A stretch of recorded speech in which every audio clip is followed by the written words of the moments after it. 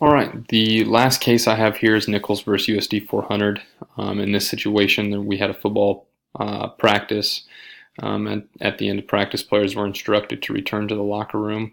To be able to get to the locker room, players had to cross an area that was a waterway or a drainage area, which can be hazardous for most. One student crossed this area, stumbled, caught themselves, and then after getting ready to leave the facility or showering, the student athlete had back pain and ended up suing the school district for this. The courts actually ruled in favor of the school, citing that the recreational use exemption, which is basically stating that employees are not liable for damages resulting from public property such as park, playground, or an open area for recreational purposes unless that employee was guilty of gross or wanton negligence.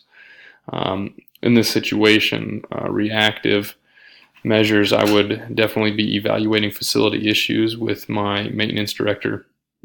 I would be discussing the event with the coach and witnesses just to get an idea of what happened and how it happened and the area and get their opinions on it.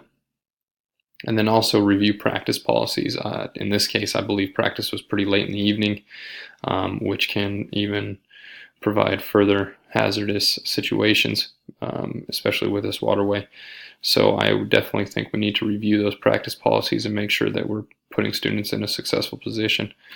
Being proactive, I would amend any school practice policies, and just doing that to ensure that we are practicing in optimal facility conditions. If we're late at night, we may not be able to see our environment completely. Just to make sure that whenever we're practicing, we're doing it in optimal conditions as best possible. And then definitely I would be discussing liable situations with employees. If it's known that there's a waterway drainage area there, maybe we need to find a different path to the locker room, and understand that that could be a liable situation.